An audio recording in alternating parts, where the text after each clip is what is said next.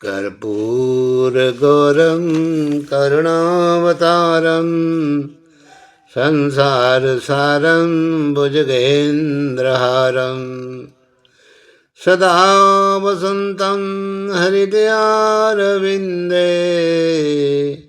भवं भवानी सहितं नमामि। इस मंत्र से भगवान शिव जी की स्तुति जो है की जाती है। कर्पूर गौरम, जिनका कर्पूर के समान गौर वर्ण है। करुणावतारम, जो साक्षात करुणा के सागर हैं। संसार सारम, जो समस्त इस सृष्टि के सार है। भुजगेंद्र हारम, जो सांपों को जिन्होंने हार के रूप में गले में धारण किया हुआ है। सदा वसंतम हृदयारविंदे भवम भवानी सहितम नमामि। मैं उन शिव व पार्वती जी से प्रार्थना करता हूँ कि वे मेरे हृदय में सदा निवास करें। मैं आपको नमन करता हूँ। तो अब आप शिव महापुराण विद्वेश्वर संहिता में प्रयाग में सूत जी से मुनियों को तुरंत पाप नाश करने वाले साधन के विषय में प्रश्न किया कि जो आदि और अंत में नित्य मंगलमय है, जिनकी समानता अथवा तुलना कहीं भी नहीं है, जो आत्मा स्वरूप को प्रकाशित करने वाली परमात्मा है, जिनके 5 मुख हैं और जो खेल ही खेल में अनायास जगत की रचना, पालना और संहार तथा अनुग्रह और तिरोभाव रूप 5 प्रबल कर्म करते रहते हैं। उन सर्वश्रेष्ठ अजर अमर ईश्वर अंबिकापति भगवान शंकर जी का मैं मन ही मन चिंतन करता हूँ। तो व्यास जी कहते हैं कि जो धर्म के महान क्षेत्र हैं और जहाँ गंगा यमुना का संगम हुआ है, उस परम पुण्यमय प्रयाग में जो ब्रह्मलोक का रास्ता है, सत्य व्रत में तत्पर रहने वाले महातेजस्वी महाभाग महात्मा मुनियों ने एक विशाल ज्ञान यज्ञ का आयोजन किया। उस ज्ञान यज्ञ का समाचार सुनकर पौराणिक शिरोमणि व्यास शिष्य महामुनि सूत जी वहाँ मुनियों का दर्शन करने के लिए आए। सूत जी को आते देखकर के सब मुनि उस समय बड़ी हर्ष से खिल उठे और अत्यंत प्रसन्नचित्त मन से उन्होंने उनका विधिवत स्वागत किया। तत्पश्चात उन प्रसन्न महात्माओं ने उनकी विधिवत स्तुति करके विनय पूर्वक हाथ जोड़ करके उनसे कहा, सर्वज्ञ विद्वान रोमहर्षण जी, आपका भाग्य बड़ा भारी है। इसी से आपने व्यास जी के मुख्य से अपनी प्रसन्नता के लिए ही संपूर्ण पुराण विद्या प्राप्त की है। इसीलिए आप आश्चर्य स्वरूप कथाओं के भंडार हैं।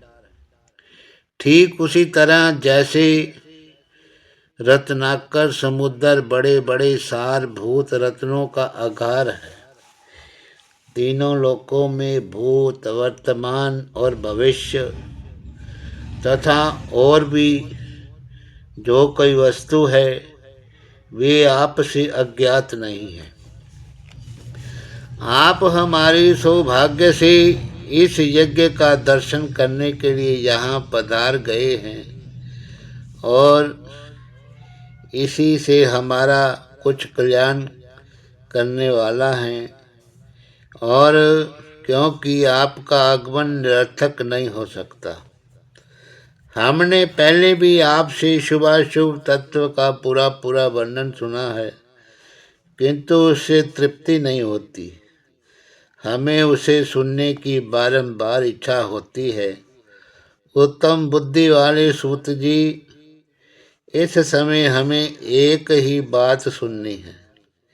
यदि आप की कृपा हो तो गोपनीय होने पर भी आप उस विषय का वर्णन जो है करें।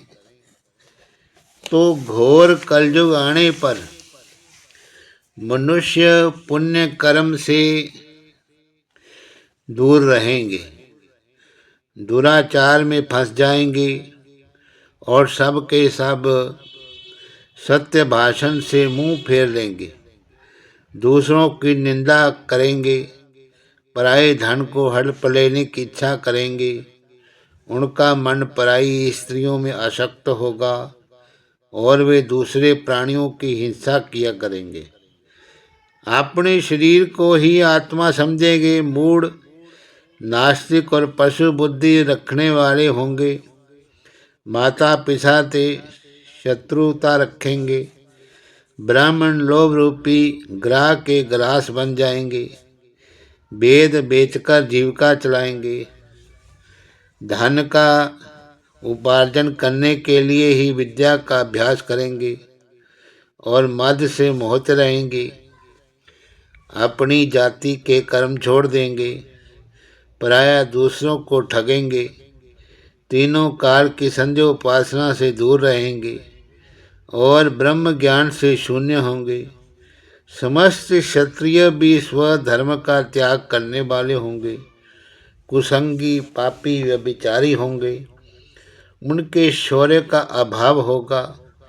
वे कुत्सित कर्म करके अपनी जीविका चलाएंगे। शूद्रों जैसा बर्ताव करेंगे। उनका मन काम का किंकर बना रहेगा। वैश्य, संस्कार भ्रष्ट, स्वधर्म त्यागी, कुमार्गगामी, धनोपार्जन परायण तथा नाप तोल में अपनी कुत्सित वृत्ति का परिचय देने वाले होंगे। इसी तरह शूद्र ब्राह्मणों के आचार में तत्पर होंगे। उनकी आकृति उज्ज्वल होगी, अर्थात वे अपना कर्म धर्म छोड़कर उज्ज्वल वेशभूषा से विभूषित हो व्यर्थ में घूमेंगे। वे स्वभावतः ही अपने धर्म का त्याग करने वाले होंगे। उनके विचार धर्म के प्रतिकूल होंगे। वे कुटिल होंगे। यदि धनी हुए तो कुकर्म में लग जाएंगे। विद्वान हुए तो वाद विवाद करने वाले होंगे। अपने को कुलीन मानकर चारों वर्णों के साथ वैवाहिक संबंध स्थापित करेंगे। समस्त वर्णों को अपने संपर्क से भ्रष्ट करेंगे। वे लोग अपनी अधिकार सीमा से बाहर आकर द्विजोचित सत्कर्मों का अनुष्ठान करने वाले होंगे। कलयुग की स्त्रियां प्रायः सदाचार से भ्रष्ट और पति का अपमान करने वाली होंगी। सास ससुर से द्रोह करेंगी। किसी से भय नहीं मानेंगी। मलिन भोजन करेंगी। कुत्सित हाव भाव में लगी रहेंगी। उनका शील स्वभाव बहुत बुरा होगा। वे अपने पति की सेवा से सदा विमुख रहेंगी। सूत जी, इस तरह जिनकी बुद्धि नष्ट हो गई है, जिन्होंने अपने धर्म का त्याग कर दिया है, ऐसे लोगों को इहलोक और परलोक में उत्तम गति कैसे मिलेगी? इसी चिंता से हमारा मन सदा व्याकुल रहता है। परोपकार के समान कोई दूसरा धर्म नहीं। अतः जिस छोटे से उपाय से इन सब के पापों का तत्काल नाश हो जाए, उसे इस समय कृपा पूर्वक आप बताइए, क्योंकि आप समस्त सिद्धांतों के ज्ञाता हैं। तो व्यास जी कहते हैं कि उन भावितात्मा मुनियों की ये बात सुनकर सूत जी मन ही मन भगवान शंकर जी का सिमरन करके उनसे इस प्रकार बोले। सूत जी कहते हैं कि हे साधु महात्माओं, आपने बड़ी अच्छी बात पूछी। आपका ये प्रश्न तीनों लोकों का हित करने वाला है। मैं गुरुदेव व्यास का स्मरण करके आप लोगों के प्रेमवश होकर के इस विषय का वर्णन करूंगा। आप आदर पूर्वक सुने।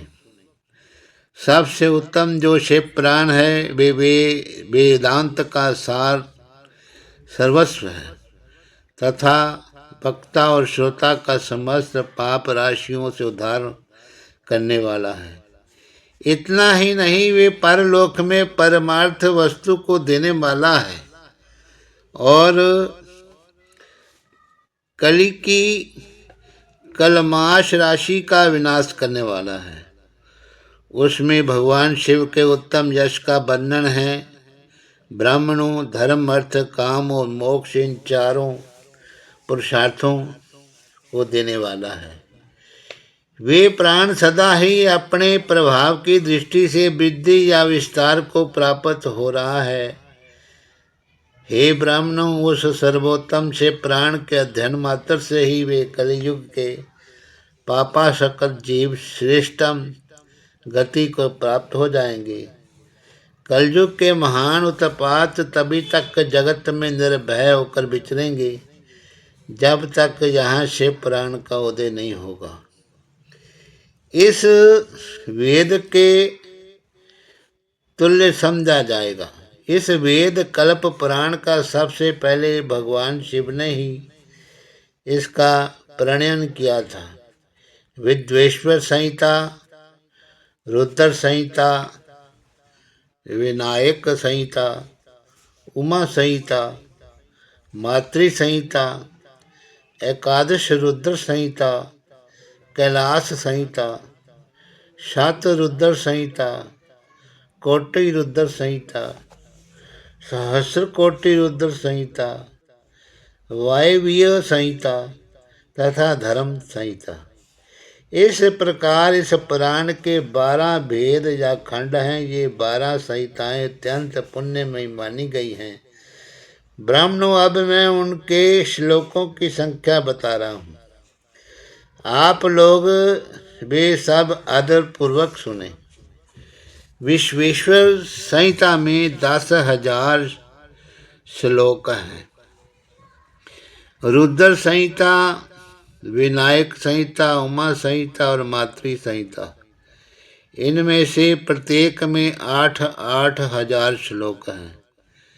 हे ब्राह्मणों, एकादश रुद्र संहिता में 13,000 श्लोक, कैलाश संहिता में 6,000 श्लोक, सात रुद्र संहिता में 3,000, कोटि रुद्र संहिता में 9,000, सहस्र कोटि रुद्र संहिता में 11,000 और वायवीय संहिता में 4,000 तथा धर्म संहिता में 12,000 श्लोक हैं।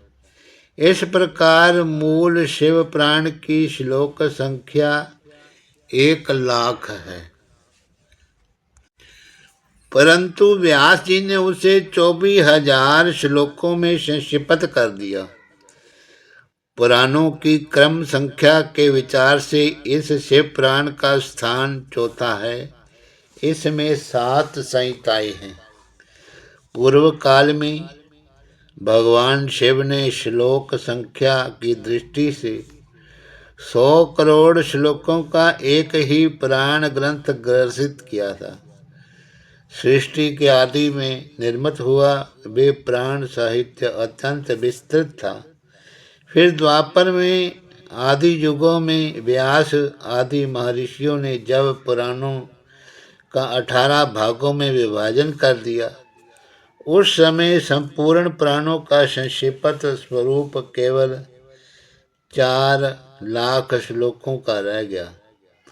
उस समय उन्होंने शिव पुराण का 24,000 श्लोकों में प्रतिपादन किया। यही इसके श्लोकों की संख्या है। ये वेद तुल्य पुराण 7 संहिताओं में बटा हुआ है।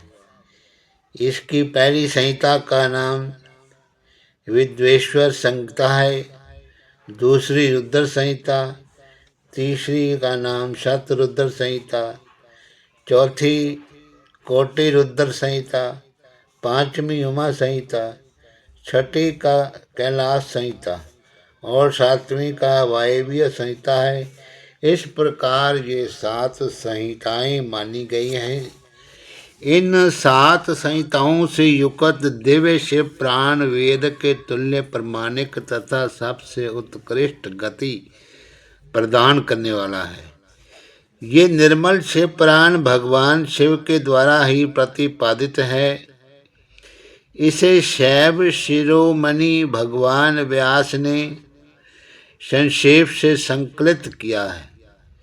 ये समस्त जीव समुदाय के लिए उपकारक त्रिविध तापों का नाश करने वाला है और तुलना रहित एवं सत्पुरुषों को कल्याण प्रदान करने वाला है। इसमें वेद विज्ञानमय प्रधान तथा निष्काम धर्म का प्रतिपादित किया गया है। ये पुराण ईर्ष्या रहित अंतःकरण वाले विद्वानों के लिए जानने की वस्तु है। इसमें श्रेष्ठ मंत्र समूहों का संकलन है तथा धर्म, अर्थ और काम इस त्रिवर्ग की प्राप्ति के साधना का भी वर्णन है। यह उत्तम शिव पुराण की समस्त पुराणों में श्रेष्ठ है। वेद वेदांत में वेद्य रूप से विलसित परम वस्तु परमात्मा का इसमें गान किया गया है। जो बड़े आदर से इसे पढ़ता सुनता है वे भगवान शिव का प्रिय होके परम गति को प्राप्त कर लेता है। तो साध्य साधन आदि का विचार तथा श्रवण कीर्तन और मनन इन 3 साधनों की श्रेष्ठता का प्रतिपादन जो करते हैं और तीसरे अध्याय को शुरू करते हैं। व्यास जी कहते हैं कि सूत जी का ये वचन सुनकर सब ऋषि बोले कि अब आप हमें वेदांत सार सर्वस्वरूप अद्भुत शिव प्राण जी की कथा सुनाइए।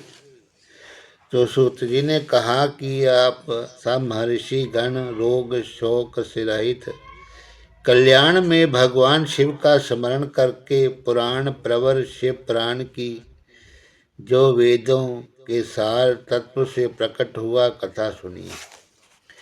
शिव पुराण में भक्ति, ज्ञान और वैराग्य इन तीनों का प्रीतिपूर्वक गान किया गया और वेदांत वेद्य साध वस्तु का विशेष रूप से वर्णन किया है।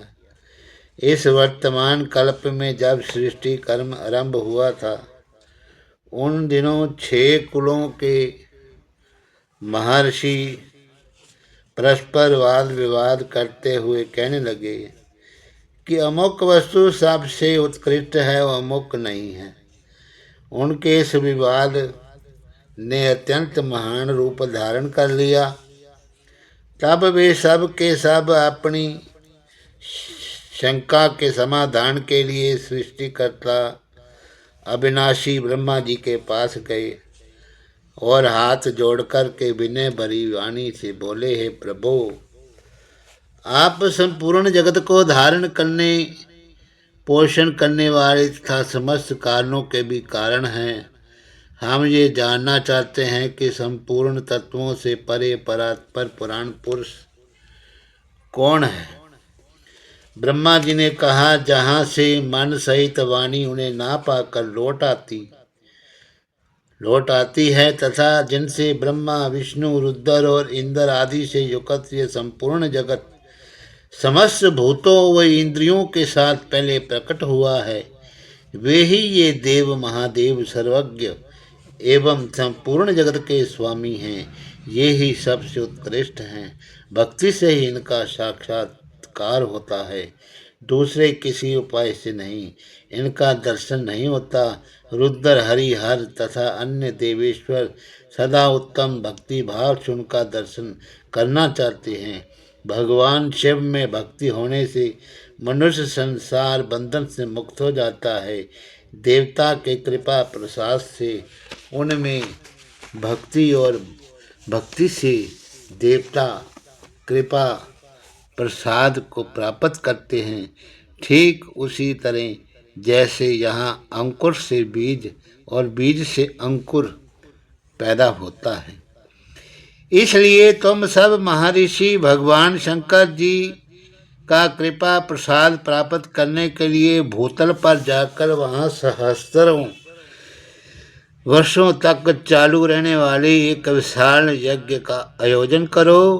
इन यज्ञपति भगवान शिव की ही कृपा से वेदोक्त विद्या के सारभूत साध्य साधन का ज्ञान होता है। शिव पद की प्राप्ति ही साध्य है, उनकी सेवा ही साधन है तथा उनके प्रसाद से जो नित्य नमितक आदि फलों की ओर से निष्प्रिय होता है वही साधक है। वेदोक्त कर्म का अनुष्ठान करके उसके महान फल को भगवान शिव के चरणों में समर्पित कर देना ही परमेश्वर पद की प्राप्ति है। वही सालोक्य आदि के क्रम से प्राप्त होने वाली मुक्ति है। उन पुरुषों की भक्ति के अनुसार उन सब को उत्कृष्ट फल की प्राप्ति होती है। उस भक्ति के साधन अनेक प्रकार के हैं, जिनका साक्षात महेश्वर ने ही प्रतिपादन किया है। उनमें से सारभूत साधन को संक्षिप्त करके मैं बता रहा हूँ। कान से भगवान के नाम गुण और लीलाओं का श्रवण, वाणी द्वारा उनका कीर्तन तथा मन के द्वारा उनका मनन, इन तीनों को महान साधन कहा गया है। मतलब ये कि महेश्वर का श्रवण कीर्तन और मनन करना चाहिए। ये श्रुति का वाक्य हम सब के लिए प्रमाणभूत है। इसी साधना से संपूर्ण मनोरथों की सिद्धि में लगे हुए आप लोग परम साध्य को प्राप्त हों। लोग प्रत्यक्ष वस्तु को आंखों से देखकर उसमें प्रवृत्त होते हैं, परंतु जिस वस्तु का कहीं भी प्रत्यक्ष दर्शन नहीं होता उसे श्रवणेन्द्रिय द्वारा जान सुनकर मनुष्य उसकी प्राप्ति के लिए कोशिश करता है। अतः पहला साधन श्रवण ही है। उसके द्वारा गुरु के मुख से तत्व को सुनकर श्रेष्ठ बुद्धि वाला विद्वान मनुष्य अन्य साधन कीर्तन एवं मनन की सिद्धि करे। क्रमशः मनन पर्यंत इस साधन की इच्छा अच्छी तरह से साधना कर लेने पर उसके द्वारा सालोक्य आदि के क्रम से धीरे धीरे भगवान शिव का संयोग प्राप्त होता है। पहले सारे अंगों के रोग नष्ट हो जाते हैं, फिर सब प्रकार का अलौकिक आनंद भी में मनुष्य भी विलीन हो जाता है। तो भगवान शंकर की पूजा, उनके नामों का जप तथा उनके गुण रूप विलास और नामों का युक्तिपरायण मन के द्वारा जो निरंतर परिशोधन चिंतन होता है उसी को मनन कहा है। वे महेश्वर की कृपा दृष्टि से उपलब्ध होता है। उसे समस्त श्रेष्ठ साधनों में प्रधान या प्रमुख कहा गया है। तो सूत जी कहते हैं, मुनीश्वरों, इस साधन का महात्म्य बताने के प्रसंग में मैं आप लोगों के लिए एक प्राचीन वृतांत का वर्णन करूंगा। उसे ध्यान देकर आप सुने। पहले की बात है कि पराशर मुनि के पुत्र मेरे गुरु व्यास देव जी सरस्वती नदी के सुंदर तट पर तपस्या कर रहे थे। एक दिन सूर्य तुल्य तेजस्वी विमान से यात्रा करते हुए भगवान सनत कुमार अकस्मात वहाँ पहुँचे। उन्होंने मेरे गुरु को वहाँ देखा। वे ध्यान में मगन थे। उससे जगने पर उन्होंने ब्रह्मपुत्र सनत कुमार जी को अपने सामने उपस्थित देखा। देखकर वे बड़े वेग से उठे और उनके चरणों में प्रणाम करके मुनि ने उन्हें अर्घ्य दिया और देवताओं के बैठने योगासन भी अर्पित किया। तब प्रसन्न हुए भगवान सनत कुमार विनीत भाव से खड़े हुए व्यास जी से गंभीर वाणी में बोले, हे मुने, तुम सत्य वस्तु का चिंतन करो। वे सत्य पदार्थ भगवान शिव ही हैं जो तुम्हारे साक्षात्कार के विषय होंगे। भगवान शंकर का श्रवण कीर्तन मनन ये तीन महत्तर साधन कहे गए हैं। ये तीनों ही वेद सम्मत हैं। पूर्व काल में मैं दूसरे दूसरे साधनों के संभ्रम में पड़कर घूमता घामता मंदराचल पर्वत पर जा पहुंचा और वहां तपस्या करने लगा। तदनंतर महेश्वर शिव की आज्ञा से भगवान नंदीकेश्वर वहां आए। उनकी मुझ पर बड़ी दया थी। वे सबसे साक्षी तथा शिव गणों के स्वामी भगवान नंदीकेश्वर मुझे बड़े प्रेम पूर्वक मुक्ति का उत्तम साधन बताते हुए बोले, भगवान शंकर का श्रवण कीर्तन मनन ये तीनों साधन वेद सम्मत है और मुक्ति के साक्षात कारण है। ये बात स्वयं भगवान शिव ने ही मुझसे कही है। अतः हे ब्राह्मण, तुम श्रवणादि तीनों साधनों का ही अनुष्ठान करो। व्यास जी से बारंबार ऐसा कहकर अनुगामियों सहित ब्रह्मपुत्र सनत कुमार परम सुंदर ब्रह्मधाम को चले गए। इस प्रकार पूर्व काल में इस उत्तम वृतांत का मैंने संक्षेप से वर्णन किया। और ऋषि बोले, सूत जी, श्रवणादि तीन साधनों को आपने मुक्ति का उपाय बताया है, किंतु जो श्रवण आदि तीनों साधनों में असमर्थ हों, वे मनुष्य किस उपाय का अवलंबन करके मुक्त हो सकता है? किस साधन भूत कर्म के द्वारा बिना यत्न के ही मोक्ष मिल सकता है? हरिओम तत्सत। नमो नमः।